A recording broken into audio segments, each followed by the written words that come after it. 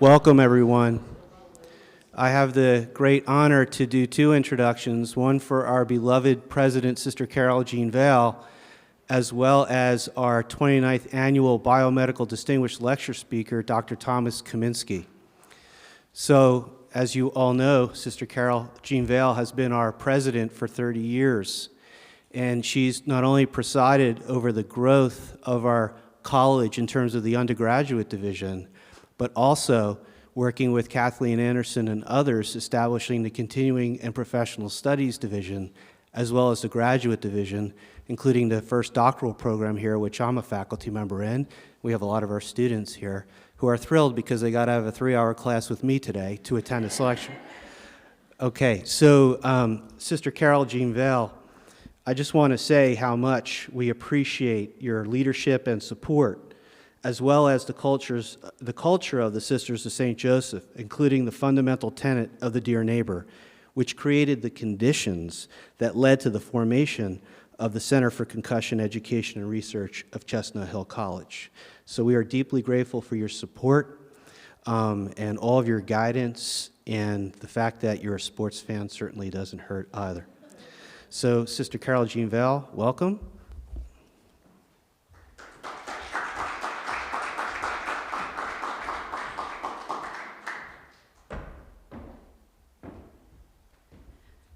I say my feet are so narrow that I can never get shoes that adhere properly to my feet. So if there's not a railing, I am very loath to take it on. Well, good afternoon. Bill, thank you for that very kind introduction. It's my privilege to welcome you to the 29th Biomedical Distinguished Lecture Series.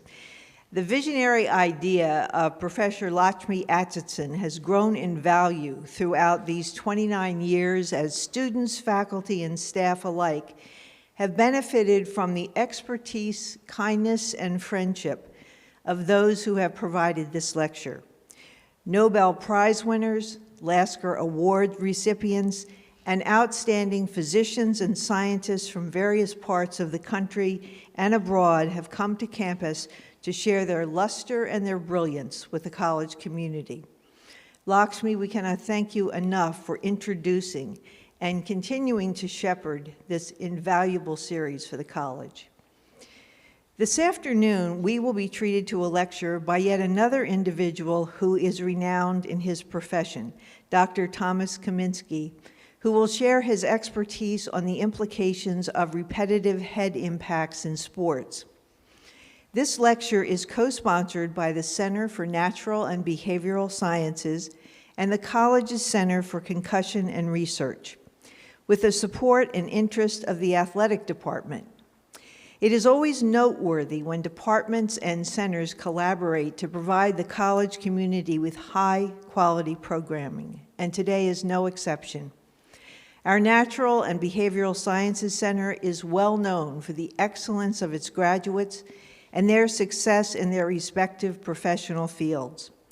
The Concussion Center has distinguished itself nationally with the peer concussion model it developed as part of an NCAA DoD grant. The NCAA recommends the CHC model for use by all 3 of its sports divisions. Likewise, our athletic department is of paramount importance to the college. Not only do our athletes persist to graduate in 4 years, they are among our best students who are also committed to providing service in a variety of venues to those in need of their assistance. We are proud of their accomplishments both on and off the fields and courts of play. As you know only too well, the lasting results of a concussion or multiple head injuries have the potential to result in mild to severe neurological deficits. It is critically important, therefore, that those engaged in athletic activities understand the repercussions associated with such injuries and take seriously the precautions necessary to prevent them, as well as the steps required for subsequent healing from a head injury. At Chestnut Hill College, we are committed to this, and provide coaches and athletes with the information and tools required to protect our players. We certainly look forward to learning much on this topic from Dr. Kaminsky. I want to extend gratitude again to Dr. Lakshmi Atchison and to the leadership of the Center for Concussion Study and Research, Dr. Bill Ernst, Vice President Lynn Ortali, and Dr. Meredith Neville, for the roles they played in making this afternoon's lecture possible. And I offer my personal welcome to you, Dr. Kaminsky. I know we are anticipating a lecture that will stimulate us and give us something to think about as we move forward. Thank you for being with us today in person and taking time from your busy schedule to share with us this important topic. Thank you.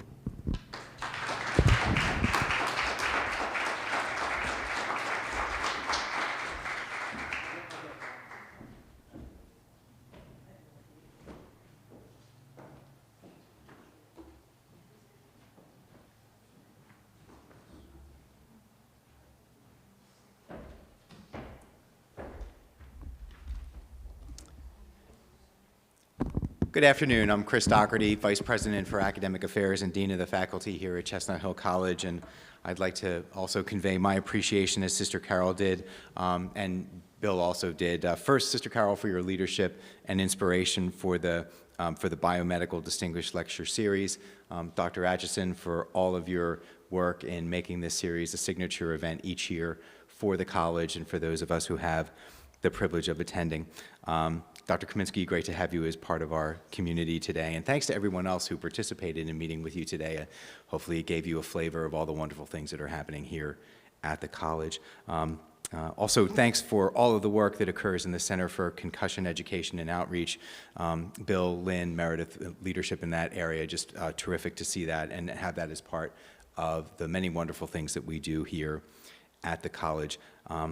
And so I also have the privilege of welcoming back to the platform Dr. Ernst, who will also be introducing our speaker this afternoon.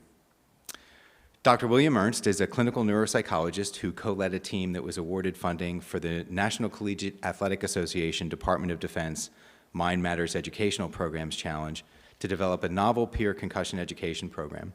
In addition, he was the co-principal investigator of a multi-site controlled trial of the peer concussion education program. In addition to mentoring students through their dissertations and practica, he teaches in a range of areas, including psychological and neuropsychological assessment, biological basis of behavior, and historical foundations of psychology. His research focuses on the development and evaluation of educational interventions designed to increase concussion knowledge and symptom reporting in athletes. His research interests also include traumatic brain injury, neuropsychological consultation with school personnel, and performance validity testing during neuropsychological assessment. Dr. Ernst completed a postdoctoral fellowship in clinical neuropsychology at the University of Medicine and Dentistry of New Jersey, Cooper Hospital, and maintains an independent practice in clinical neuropsychology, focusing on neuropsychological assessment of children and adults with various neurodevelopmental and neurological conditions. Please join me in welcoming Dr. Ernst back to the platform to introduce our speaker today.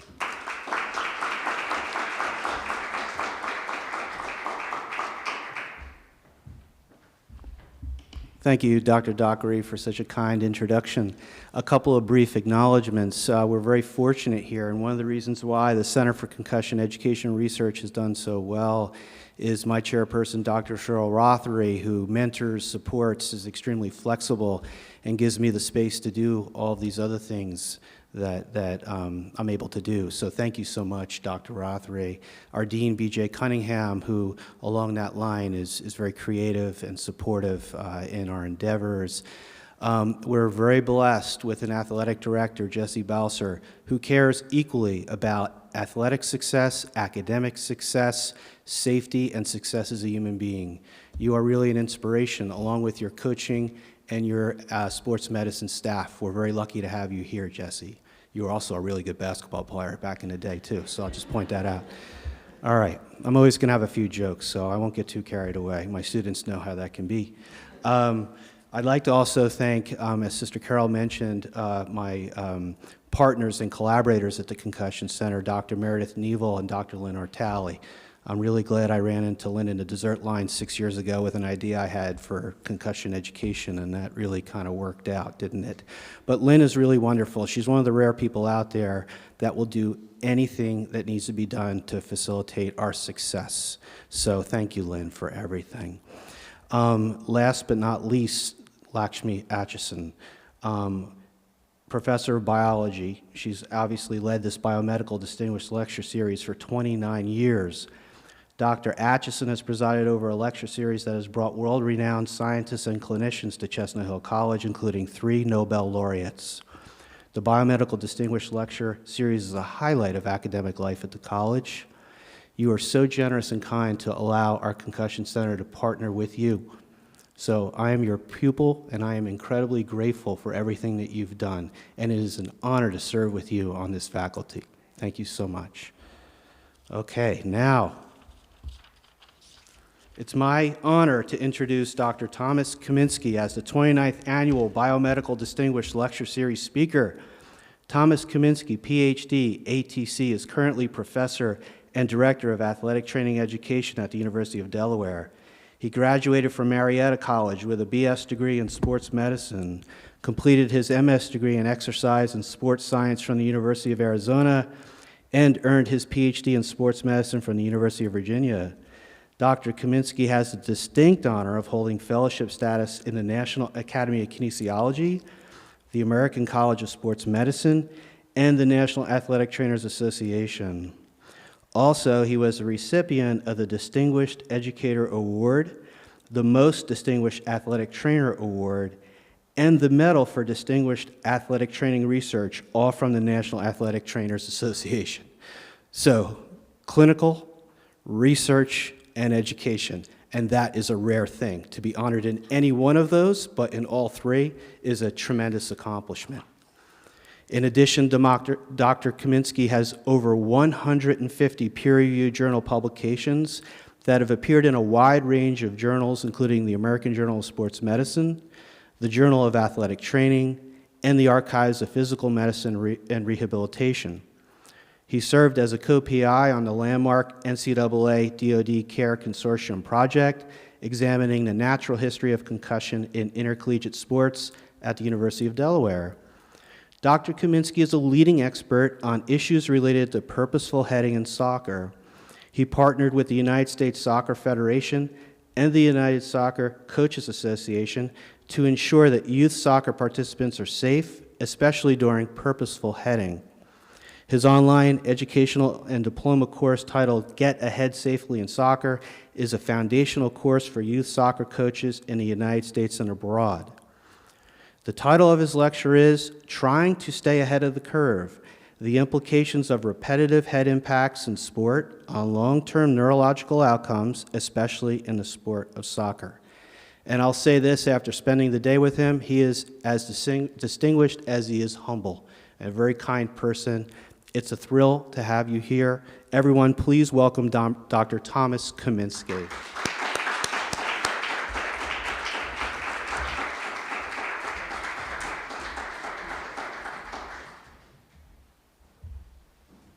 Just means I'm old.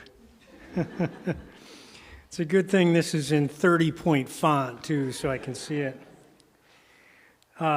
Thank you very much for that fine introduction, Bill. Needless to say, I'm extremely humbled and honored to be here at Chestnut Hill College this afternoon as the speaker for the 29th Annual Biomedical Distinguished Lecture.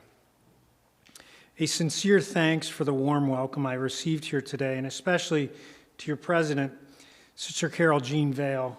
I had a wonderful opportunity. I had a half hour with her, and it really was enlightening. What you guys are doing here, more institutions across the United States need to see what goes on here, to be quite honest with you. To Dr. Atchison, the director of the Biomedical Lecture Series, and certainly to Dr. William Bill Ernst, who directs your Center for Concussion Education and Research here at CHC. When he contacted me back in October, I nearly had to pull myself up from my office floor after he invited me to take part in this truly distinguished lecture, including 3 Nobel laureates. I'm a kid from a small town in western New York who goes to work every day to try to instill eagerness to broaden my students' horizons on learning and knowledge. I will do my best to adhere to the goals and visions of this lecture series and take pride in honoring those that came before me. Perhaps Brian Tracy, a Canadian-American motivational speaker, said it best. And this is true to the mission here at Chestnut Hill College.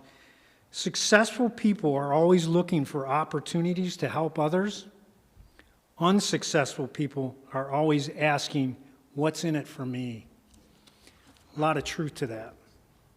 We'll get rid of that because you got sick of looking at my mug. Anyways, as you notice, the title has a head, so I'm big into headers, so that's why. Anyways, it's truly an honor to be here this afternoon. Just a couple of disclosures. As Bill said, we've been partnered with the National Collegiate Athletic Association Department of Defense for the big Grand Alliance Consortium. So we received quite a bit of funding from them over the last 6 years. A first state fact, because I'm from Delaware, so it's interesting, Delaware is only 96 miles long. A lot of people don't realize that, and at its narrowest point there in the top, it's only 9 miles wide. And of course, we're probably known most for its beaches, but there's UD up in the northern sector, and of course, our beautiful beaches. And that's me with my truck parked right on the ocean side during the summer. It's my getaway. I go down during the middle of the week, and I do surf fishing. It's the most favorite time of the year.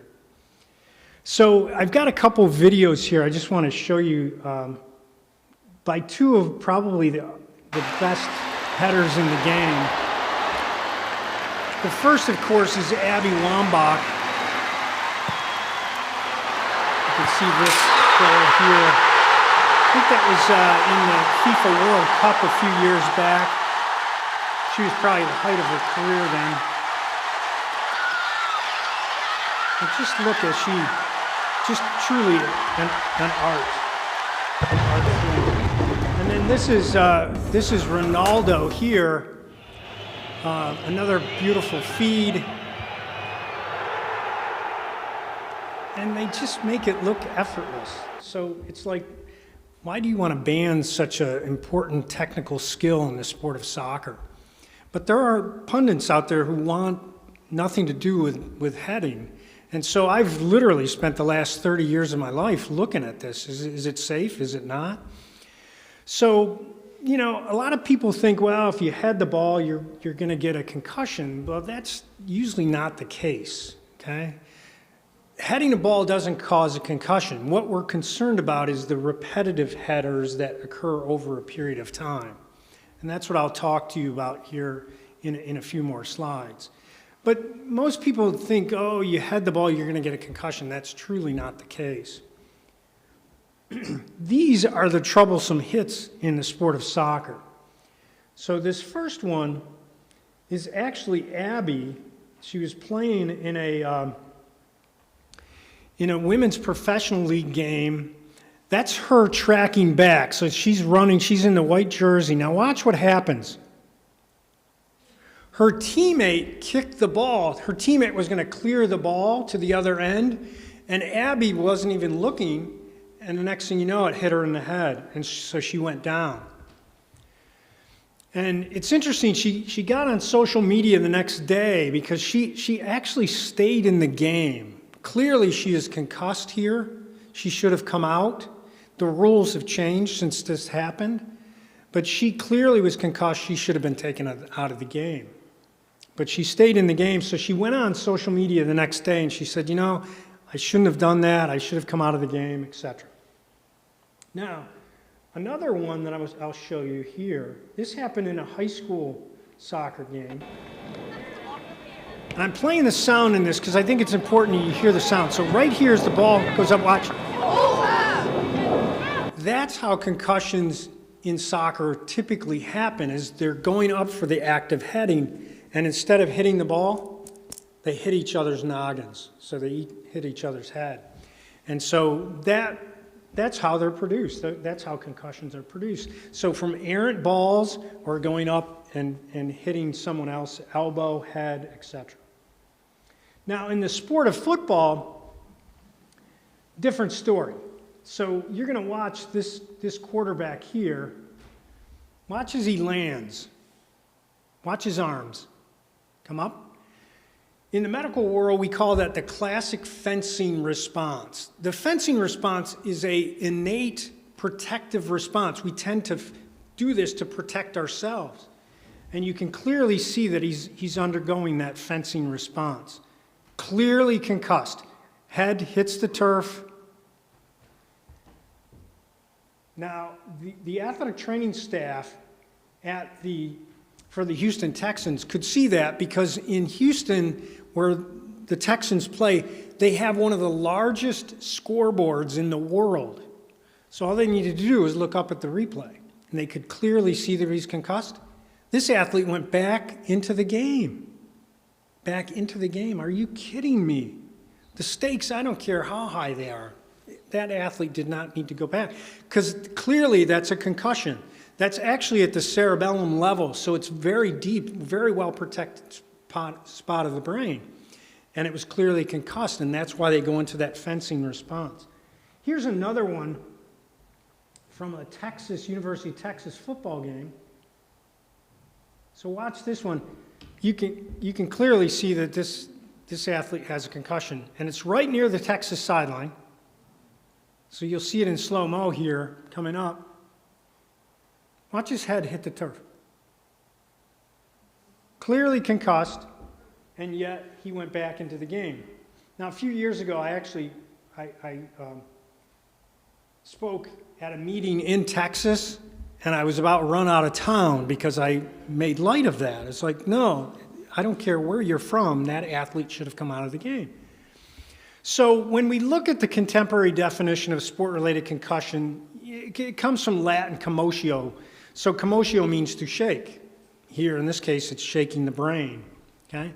The analogy I use with my students is think of ice cubes in a glass of water. So the glass itself is the skull, the water is the cerebral spinal fluid, and the cubes themselves are the brain.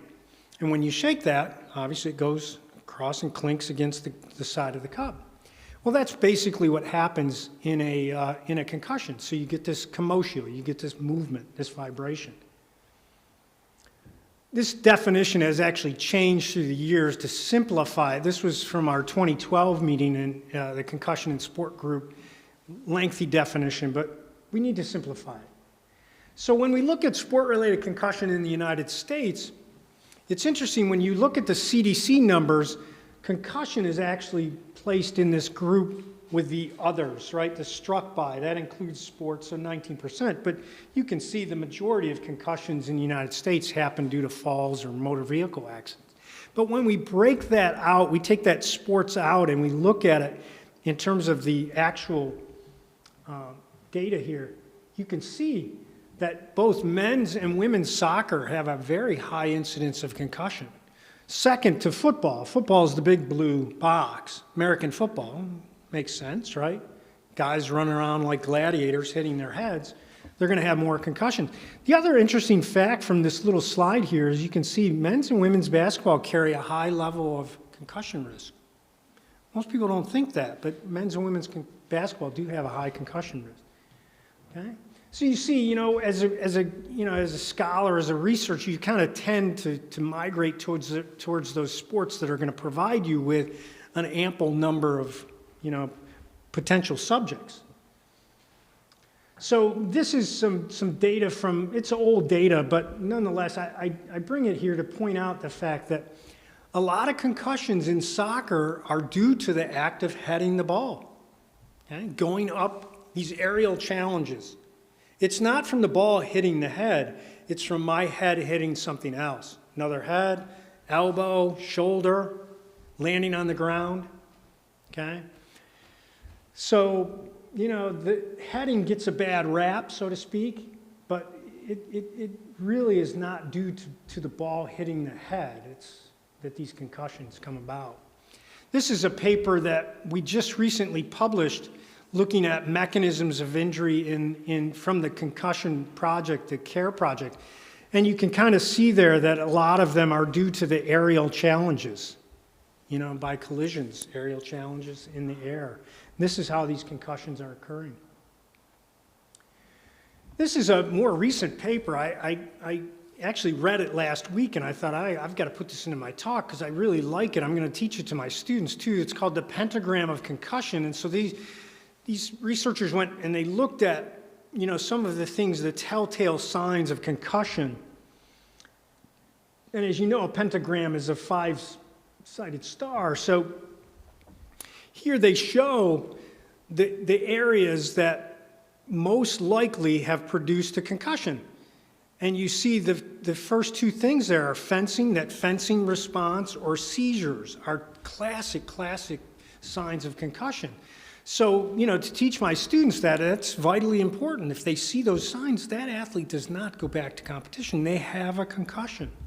It's interesting, snoring, vomiting, crying. I've not seen that in the athletic world, but perhaps in an ER, they may have some patients that come in that regard. But those two things are big, seizing and fencing, because I've seen those in our athletes. Athlete does not return to competition. So when we look at head impact kinematics, you can kind of see their comparison. This is a Newton cradle. I don't know if you've ever seen that. Physicists in the room probably have seen this. But when those balls hit each other, they're hitting at about 39 Gs. Okay? You wouldn't think that that's a lot, but that's significant force. Okay? But as you sat down in the chair today, right? So you chair plop about 4 Gs, you shake your head violently, and an aggressive pillow fight, 19 Gs. I'm going to show you a video here in a few minutes. It shows you a very aggressive pillow fight. Okay? And if you're really into head impact kinematics, a student at Virginia Tech a few years ago wrote an entire thesis on this. So if you're into everyday activities and how much G-forces are related to that. So here's the CDC video that's been put out on concussion.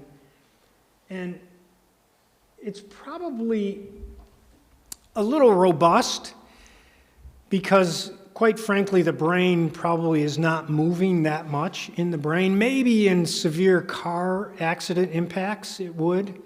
But in most sporting activities, concussions probably you're not going to get that much translation of the brain.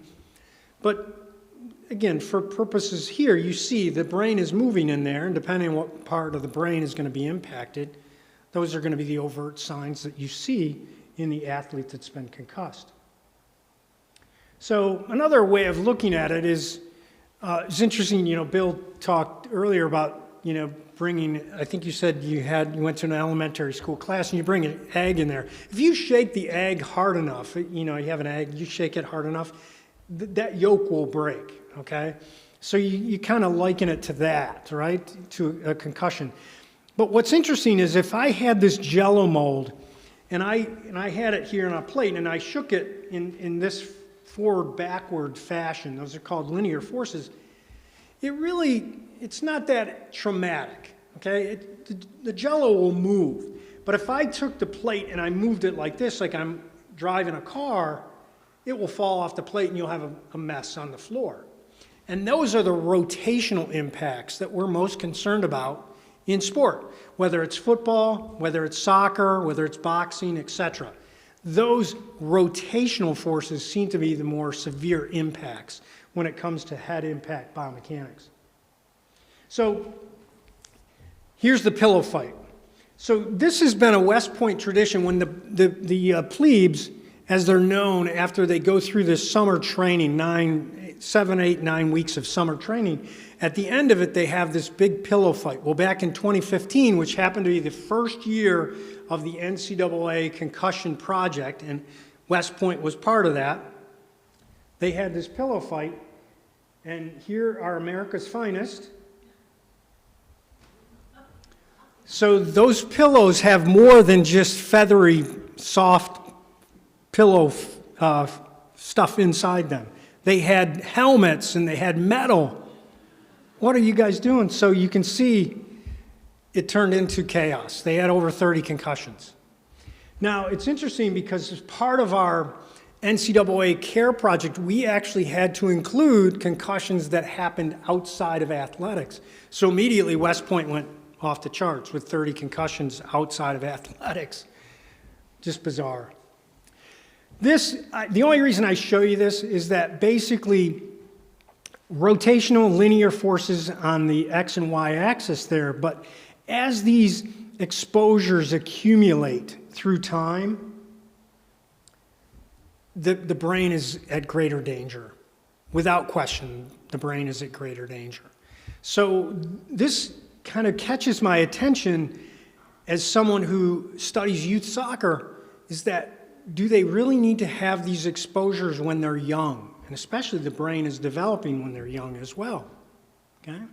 Because every successive year, cumulative exposure can be dangerous and harmful. And then this slide, I just show you this. This is kind of the theoretical threshold for concussion is 100 Gs. I will tell you that in our studies, both in soccer and football, we have had impacts that have been over 100 Gs, and the athlete has been totally fine. So that's purely theoretical, whether 100 Gs produces these concussions or not. It's purely theoretical. And we've had some that have been below 100 Gs that have produced concussions. So take it for what it's worth. In terms of the incidence of concussion from heading the soccer ball, like I said earlier, very few concussions from truly heading the ball. What we think is happening, though, is those individuals who've had multiple concussions, they're not a candidate for heading the ball. They just are not. We have women's soccer players at Delaware who have 4 or 5 concussions. It's like, we were talking earlier, maybe they need to take up a different sport. Go swim or go cross country, run. You just don't need to do that. But those who've had multiple concussions, when they head the ball, they might start to feel some of these effects: headache, neck pain, dizziness. Okay? Those that have had concussions. Because as we know with concussions, once you have one concussion, you're much more prone to follow up subsequent concussions. Okay? It's a huge risk factor. Huge risk factor. It's interesting too, as you see Abby here, look at her neck muscles when she heads the ball. I mean, everything's in line. Her neck, her head, her neck, her torso are all in line and rigid, and she's heading the ball. But you saw earlier in that video, she just wasn't expecting that kick ball and it hit her in the head. She's headed the ball, 10,000 times. Never a problem. But errant ball, concussion. So one of the things that I'm interested in too is our female soccer players, because they really are at a greater risk than our male players are. And so, why is that? Why is that? So this is some new evidence. This came from our colleagues in New Zealand. And these are probably some of the big reasons, right? So they have reduced neck strength and increased head acceleration. So when they head the ball, they have an increased acceleration of their head, neck, torso, or their segment, unlike the males, and they're probably due to neck strength. Because if your body is rigid, you want to go up and you want to be nice and rigid when you're heading that. Well, if my neck is not as strong as my head or my torso, something's got to give there, okay? And so what we start to see is we see these increased head accelerations, okay?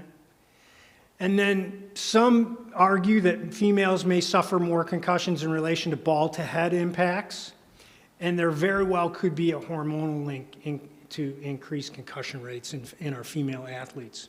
We don't know, but this is one that's been proposed and theorized. So at UD, what we're trying to do is make it safe, just like here at Chestnut Hill College. Terrific sports medicine staff. I'll second what Bill said earlier. Had a chance to meet with them this morning. And, safety of the student athlete is paramount. It's first and foremost. And so at UD, we try to make it safe, fun, and enjoyable. So we were part of the NCAA CARE project, just ended. It ended, I think, in December of 2020. And then we had a one-year extension. And so during that time, they enrolled over 52,000 student athletes, had nearly 5,000 concussions. When the project first started, they thought if they could get 2,500 concussions, they would be good. So you see there's a ton of data there, a ton of data. 30 different schools, and now it's Care Long. So what they've done is every student athlete who was enrolled, they had an opportunity when they signed a consent that they could consent to going into Care Long. And those athletes that were consented to Care Long were then put in a pool and randomly drawn. And so now what they're going to do is they're going to track those student athletes over the next 20 years. Similar to the Framingham Heart Study where they followed those individuals out, this is going to be really interesting data.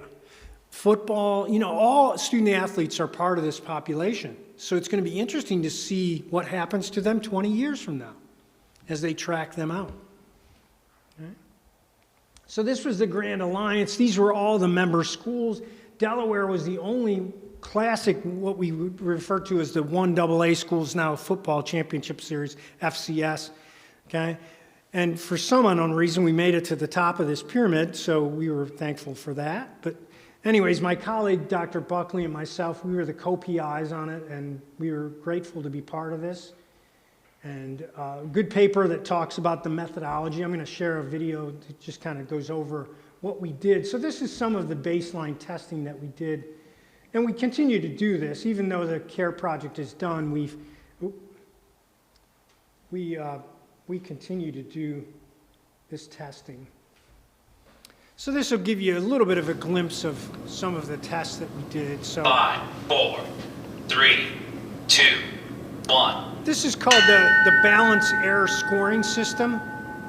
So we actually had it a couple ways. We were monitoring it with that little iPad, but we also had it computerized as well. These are just components of the SCAT-5. Good. I'm going to take your finger, go back and forth between my finger and your nose.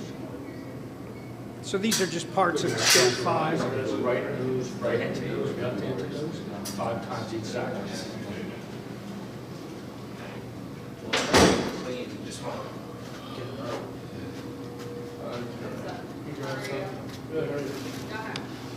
I'm going to test your memory. I'm going to read you a list of words, and when I'm done, repeat back as So many these of are those just words memory as you can remember tests. in any order. We will repeat this 3 separate times. We had it on an I'll give you a list of iPad. words each time. But Finger, these are penny, classic paper blanket, pencil tests lemon, that we do insect. in the athletic realm. Finger, penny, blanket, lemon, insect. All right. Go ahead. This is another test looking at eye function. So she's just reading those numbers as quickly as she can. 6, 5, 5, 7, 3, 3, 1, 8, 6, 4, 5, 3, 7, 5, 2. And our examiner has those same numbers. Then this is the clinical reaction time test. So here we just get a value in centimeters, and then we have to do a simple calculation to determine how much time it took for them to catch it. So it's pretty simple stuff, but very, very important in our battery of tests. There we go.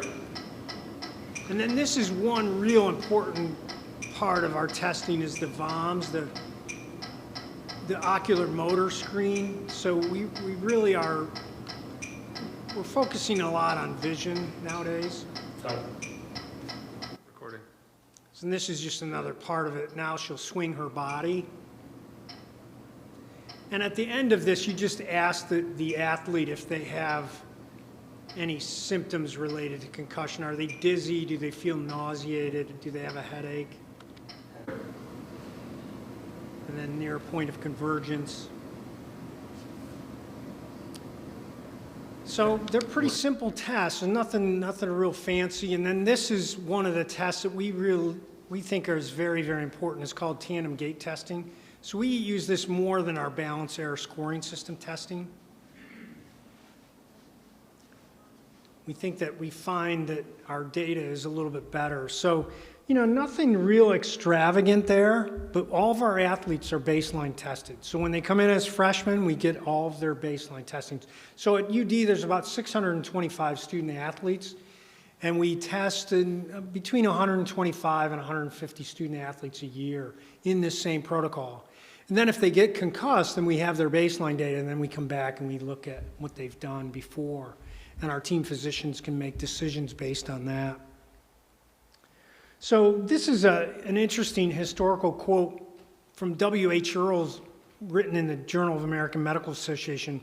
Every case of recent head injury, however trivial it may appear, should we believe be treated with the greatest consideration, lest damage to hidden and important structures escape our attention, thus leaving a foundation for future trouble, which too often is irreparable. Believe it or not, that came from an editorial back in 1903. 1903. It's kind of like this premonition that he had. So I often say to myself, to our students and our student athletes, what's the hurry?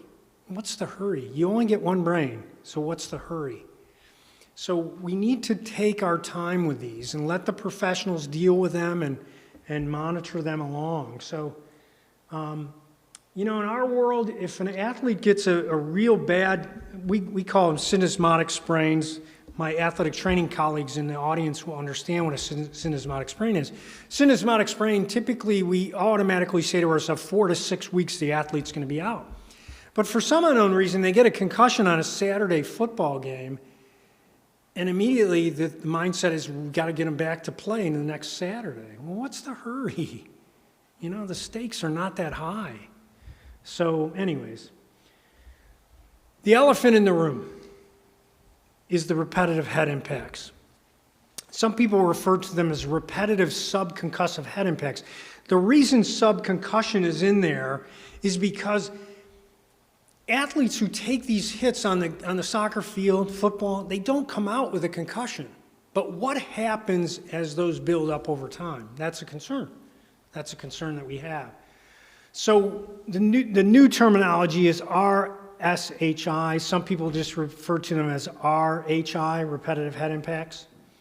And I liken this to a glass of wine. So when you shake the wine glass and the wine moves back and forth, there's a little slosh effect to that. And that's what happens in the brain. It's moving ever so slightly due to all of these repetitive head impacts. Well, what happens over time? What happens over time? 50 G's here, 100 G's here, 25 G's here. What happens over time? Is there some cumulative effect? And so that really is the big elephant in the room, without question. This is on the thoughts of administrators in sports such as soccer, lacrosse, rugby, football. Absolutely, this is on their minds because we just don't know what's going to happen 15, 20 years down the road. I was part of this group. In fact, we just met last week. It's a group from Penn Hospital, Penn CHOP in Philly, and they call it the Consensus Head Acceleration Measurement Practice. So they're referring it now to these. They're calling these head acceleration events. Head acceleration events. So we met last week. We're talking about coming up with standards for measuring head impacts in sport, because I've been measuring them with soccer for 20 years. And so we're going to get some solidarity there and have some similarities across all different platforms. But this is a wonderful group. I'm humbled to be part of it. Some very good biomechanists and researchers throughout the world. But anyways, the only reason I'm showing you this slide is because they're calling them head acceleration events. So I posed this question. So just how many headers did Abby Wambach have in her 30-year career as a soccer player?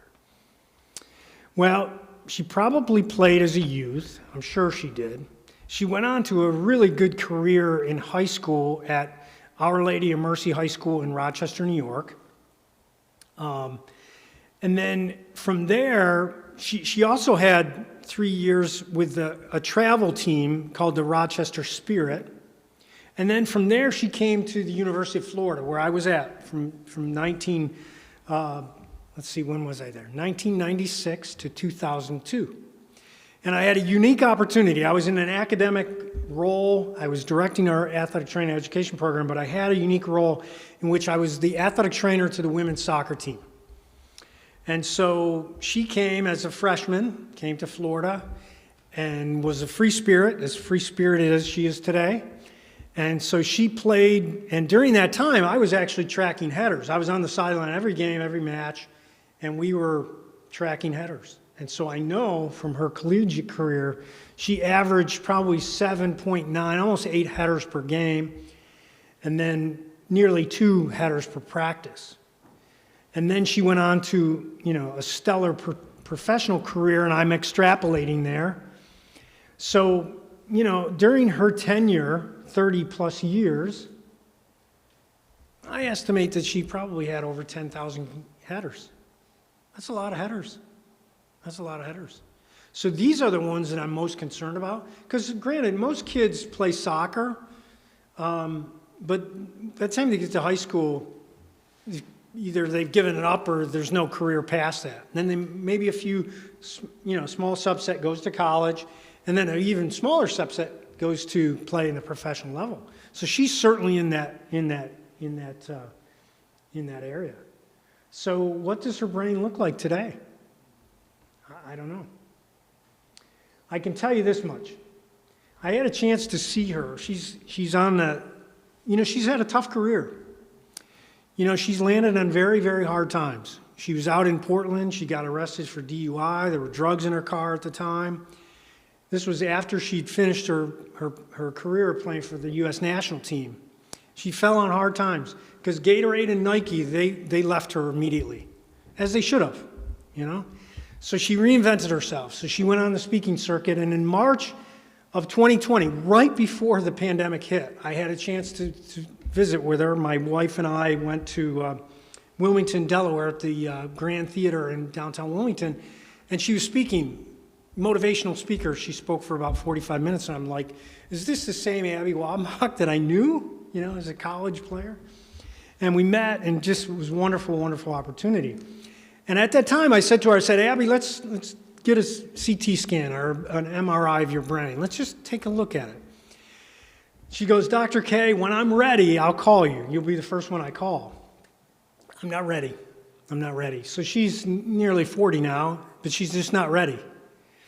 And so when she's ready, we'll scan her brain, and I'm curious to see what it looks like, because she's a case study waiting to happen, without question. So it probably started with this. This was an article that came out in the late 90s. Participation in professional soccer may affect adversely some aspects of cognitive functioning. Now, this was done on some soccer players who played with old leather balls, and times have changed. Okay? And then, of course, the mainstream media, and these are all the headlines. And, this is your brain. And then, of course, the movie that came out, Mike Webster, Concussion, the movie. And, fortunate for us, it's just a different world that we live in now in terms of athletic training and what the care these athletes get. It's much different than way back when. It just is totally different. So yes, did that movie need to take place and shed light on this? Absolutely. But I honestly believe that moving forward, there's much more benefit from our young, healthy student athletes participating in sport than them not participating in sport. So important. Okay? So again, the alarmists who've looked at CTE, degenerative disease, CTE, this is interesting. A lot of people think that CTE comes because you've had a history of trauma. That's not the case. You can look at brains of 70-year-olds. They're going to have some CTE that's formed. Okay? But again, you got to get the whole story. You got to get the whole story. So again, CTE, the degenerative change, tau proteins. Now, this is my favorite slide because you pick a disease and that can cause CTE. So again, we've got to look at the benefits, weigh the risk and the benefit of sport participation. And the sport is so much safer. American football is so much safer today than it was just 10 years ago. And I'm pleased by that. They've made a lot of changes to the rules and how kids tackle. It's so important. Okay? So again, they get on this bandwagon, and, oh yeah, professional athletes are committing these suicides, but that's not the case. more musicians and actors commit suicide than professional athletes. And on the grand scheme of things, death by suicide across all, employment settings. You can see construction and workers are at the highest end there. It's not professional football. So, anyways, this is an interesting study that took place by the folks in England, of all places, because England is a hotbed of soccer. And I thought they would be the last to jump on the bandwagon in terms of looking at this stuff. And this is a really good study looking at, these players over the years and what they found, risk shown to be greatest for outfield players. Outfield players in soccer are actually the defenders, so they call them outfielders in England. With long career lengths. So those are the ones we need to be most concerned about. Those professional athletes who had collegiate careers, went on to play professional level. Okay? So, but you can see there are many health benefits associated with a career in professional level soccer. Those are huge benefits. And I'm going to talk soon here about what we think is going on. So again, this is a study by our colleagues in Denmark, who've done some additional work as well. And really, there's benefits to this long-term, benefits of them participating in soccer. Do they show some signs of dementia? They do, okay? Maybe a little bit higher than most, but on the grand scheme of things, they are actually showing that the disease of other common diseases amongst lowest in Denmark, or Scotland, excuse me. So, there are some out there, band heading, the science of head impact biomechanics in soccer. So here's the player without the head. Anyway, so what does the research tell us? So I'll bore you a little bit with some of our research. I won't be too long. I've got some more videos. So this is Tori. You saw her in the video there when we were doing the testing. But Tori was one of my PhD students. She just finished with me in December, so she graduated. She had been in our lab for 5 years. But this is a pretty cool study looking at just heading exposure in youth. We were really interested in, how many headers do youth soccer players have? And you can see very low, one header per game. It goes up to 3 headers in high school and maybe 5 headers in the collegiate game. Okay? So this is she went at a weekend youth soccer tournament across 11, 12, and 13-year-old age groups. And we looked at all of this, and we just saw such a very, very low number of headers in the game. But one of the things here, you could see the difference here. Males, these are headers per game total, not for one individual. But for total, in the boys, much more headers than in the girls. Okay? And so that's typical. They're a little bit more mature skeletally. They're a little bit more mature, so they tend to head the ball a little bit more. This is some of the data that we did when the U.S. Soccer heading guideline, and I'll talk to you about that here in a second, came out. We were interested to see what each of the member teams were doing in terms of how many headers were they having per week. And you can see the majority of headers in the none or 1 to 10 category per week. So that's a good thing. Our youth don't need to be heading the ball. Okay? So high school, they go up a little bit more, as you can see here. This is some of the data from our area in Wilmington, Delaware. Not a hotbed for girls lacrosse, or girls soccer, but nonetheless, this is probably not reflective of if you went to Austin, Texas, where high school girls soccer is very popular, state of New Jersey, very popular, Pennsylvania as well. So very small number per game. This is some of the data after 16 years at UD, so literally my students tracking headers at every game and practice. So you can see the numbers here, somewhat on the low end, These are headers per game, topping out at 3.5 is on the high end. But look here, this is practice, or excuse me, these are games for the men, so much higher in the men than in the women. And it's interesting, we had a coaching change kind of in the middle there, so you can kind of see we're pretty low, and then we had a coaching change. So this happens because coaching philosophy changes, and they may want to play the ball a little bit more in the air with their heads. So coaching philosophy change. And then this is practice headers. The graph doesn't do this justice. That's 1.8 is the high, so not many in practice, which is a good thing. They don't need to be practicing. At this level, I think it's collegiate level, they're pretty experienced how to do this.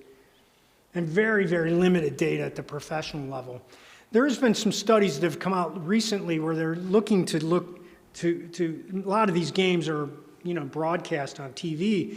So researchers are actually looking at how many exposures happen during the course of the game.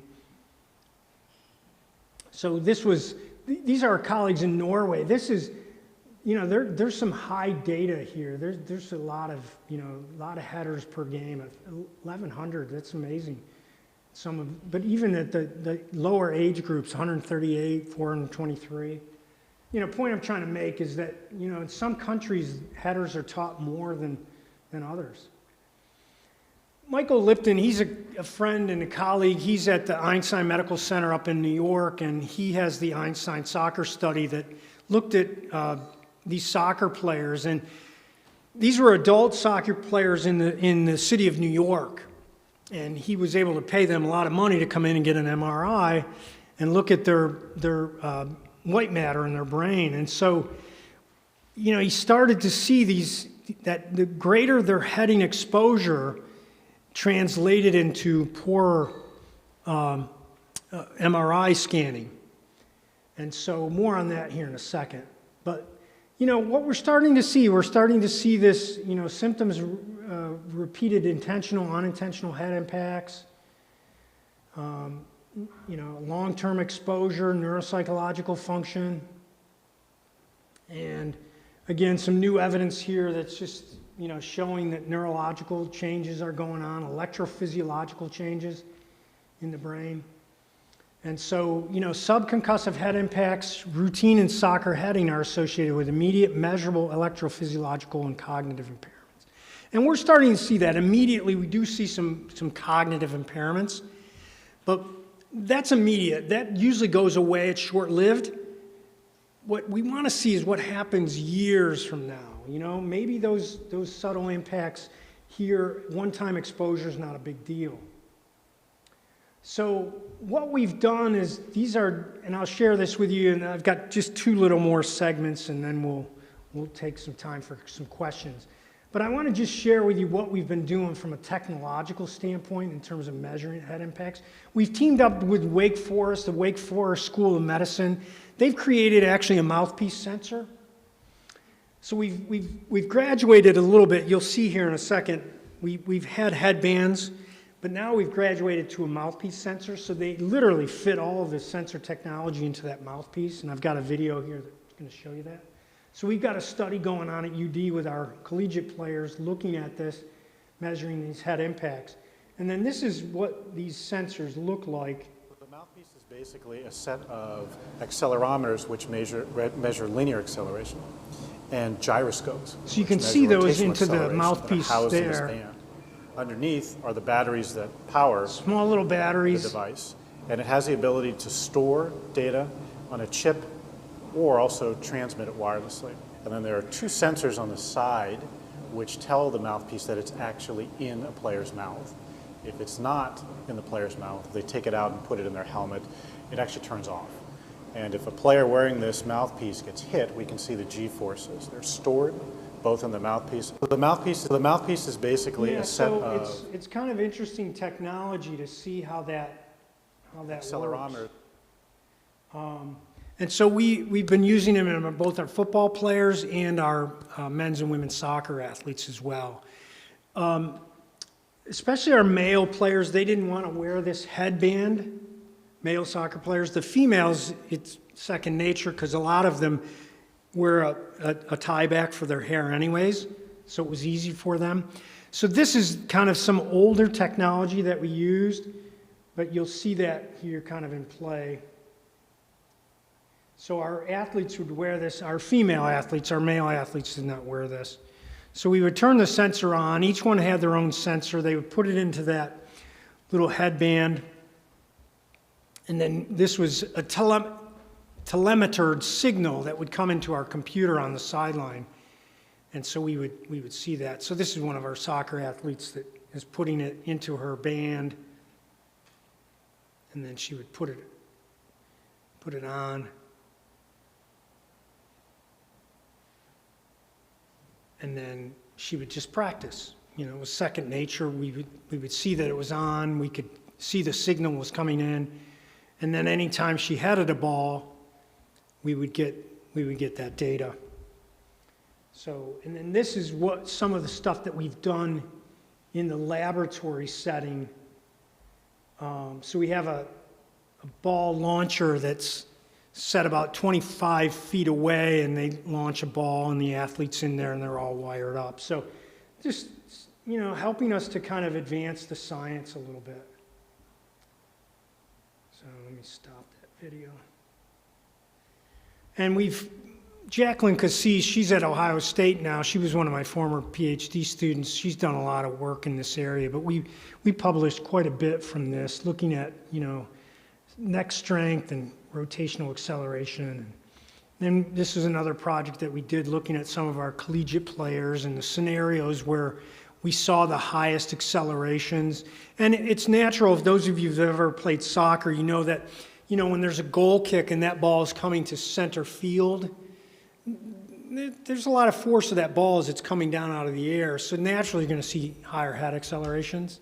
And then on corner kicks to the goal, you'll see higher accelerations there.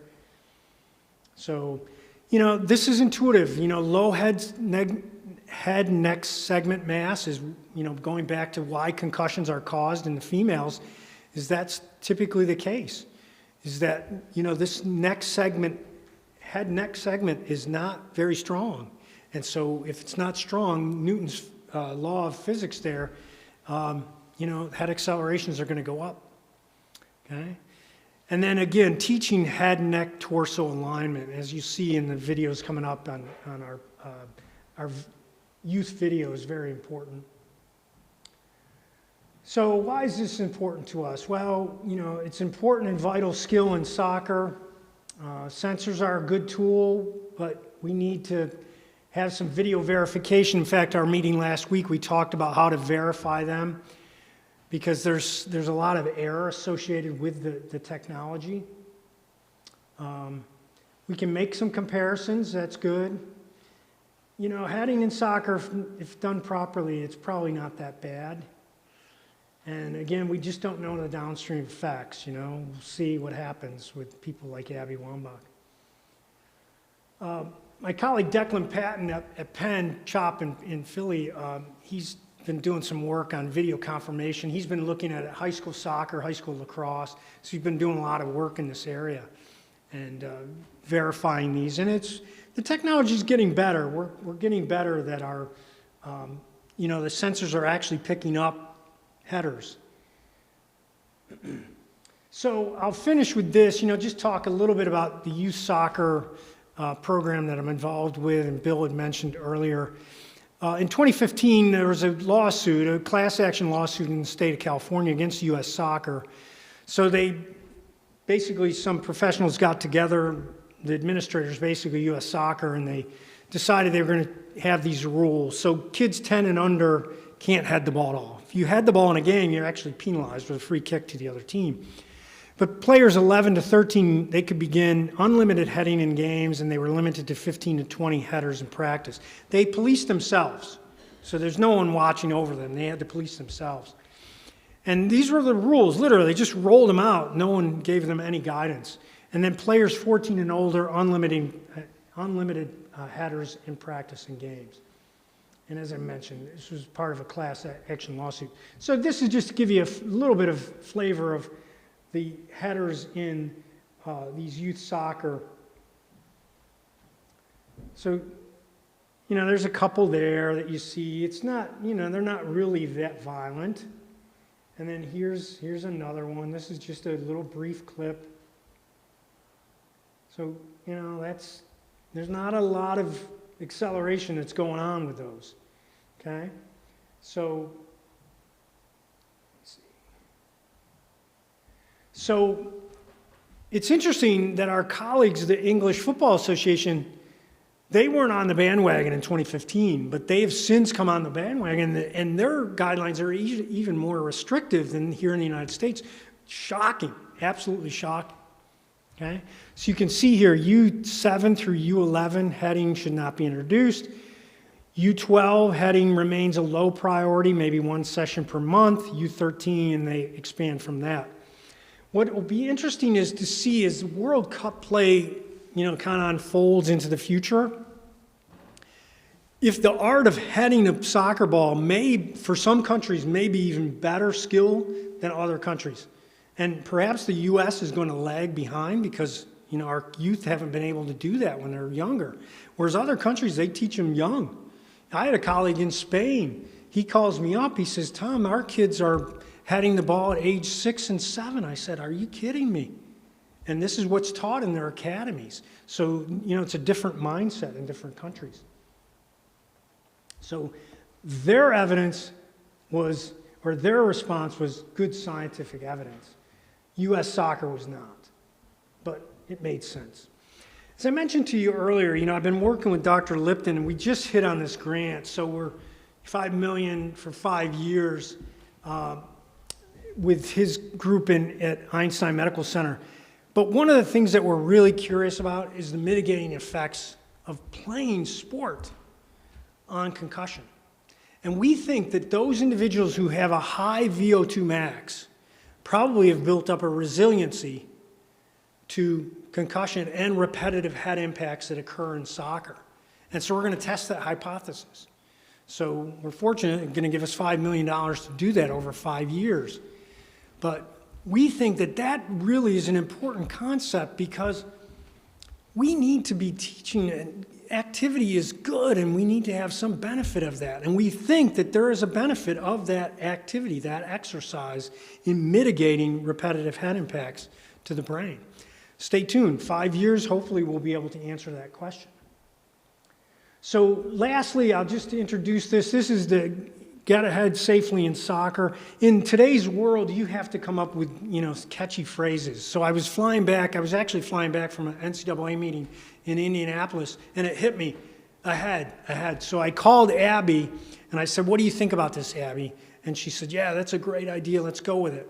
And so what we did was we teamed with the United States Soccer Coaches Association to develop this educational platform called Get Ahead Safely in Soccer.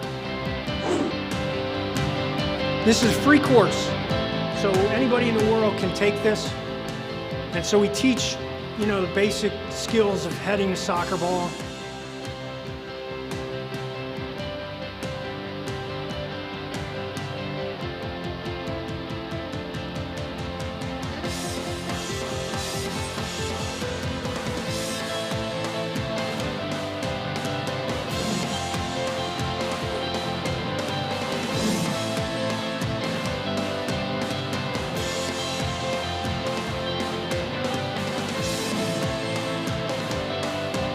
So strengthening is so important of the core. We teach even young kids, have a strong neck, how to head properly. And the other thing that you can't pick up from there is that we're using lightweight balls. So we use lightweight balls with our youth population, which is very attractive to them. They like that. This is some work that we've been doing with our area youth soccer programs. Soccer is a sport that's vulnerable to concussions, and so that's really what the driving force behind it. So we're out at the fields, we're looking at neck strength, we look at neck girth, we have them wear the headbands. The sensor sits at the back of the head, and during the time that they're wearing them, if they have an impact, it'll pop up on my computer. So Tori spent many a day and night at these youth soccer practices and games. So This particular Very project tedious. is You involving get strength youth measurements. soccer players, mainly girls who are actually between 11 and 13. Yeah, Because so that's the vulnerable population. So, Sister Carol, this is what I was saying to you earlier, that age 9, 10, and 11 might be the golden age of learning, but not the golden age of heading. And so I think the U.S. Soccer was at least smart enough to say 10-year-olds shouldn't head the ball. Here's an overzealous dad. Watch this. This kid's 3 years old. See him in the background? Look, he's in the background there. He's having his 3-year-old head a ball. Are you kidding me? They don't need to be heading the ball at 3 years old. Okay? So we need to teach these coaches how to do it properly and when to start doing it. So this is interesting. This just came out. So you see March 2nd. The craziness of an ill-informed coach continues even at the intercollegiate level. So I know there's an AD in the crowd here. Hopefully your soccer coaches aren't doing this. This young lady, she was at Baylor, and he had her doing these repetitive skills. Now, I have a judge machine that shoots soccer balls, but I spin it so it comes out 25 mile an hour. 25 mile an hour is like me throwing a pass from the sideline to the soccer player to head it back. 50 mile an hour is when that corner kick's coming in. That's pretty high. But we would never do that repetitively. And he was doing it repetitively with these collegiate athletes. So she's suing Baylor. She's got a good case against the suit here in terms of getting an award. And that's just crazy. You don't need to be doing this, especially at this level. They know how to head the ball. It's not a repetitive thing for them. What I'm starting to find out too is that our players who have had concussions, they won't head the ball. They'll play it to their chest or to their feet. They won't head the ball because they've learned it hurts. As I mentioned earlier, if you've had a concussion, you don't want to head the ball. Okay? The other thing that we're doing is we're teaching our youth to use these lightweight soccer balls. So this is called the training triangle heading trainer. And so you see this is a drill. This is our youth players. So she heads the ball back, but it's a soft ball. It looks and feels just like a soccer ball, but it weighs like a beach ball. So kids are more inclined to head something that doesn't hurt. Okay? So that's one of the big things that we're doing is we're using these lightweight balls with our youth population to teach them the skill. That's all they need. If you teach them the proper skill, they'll go out and they'll execute. They will execute. So why should I care? Prudent, judicious use of personal heading drills in youth soccer players. Are U.S. soccer guidelines appropriate? I think they are for right now. Our program, I think, is good. It's been validated. It's those aerial challenges that pose probably the most significant risk for concussion, certainly in soccer. And the awareness of the personal space. So when you're going up, you got to protect your personal space. And hopefully, the data from the Einstein soccer studies pointing towards this threshold point that may unlock some answers to long-term exposure. What we think happens is that if you reach a certain threshold of number of repetitive head impacts and you go off, you're off the edge. You're off the edge. But up till that point, it's okay. It's being mitigated by the fact that you're active, okay? But we believe that there's a threshold point, and that after that threshold point, maybe long-term concern. One of the things that we're starting to look at now is we're teamed with this company called Next Level. So we're using this device here to strengthen the athletes. It just used a set of resistance bands and use it to strengthen their neck. And so we're going to be embarking on a project looking at our youth soccer players this coming fall. But we think that this holds promise to really educating our young athletes about the importance of neck strength. So anyways, that's all I've got to say. Hopefully it was broken up enough that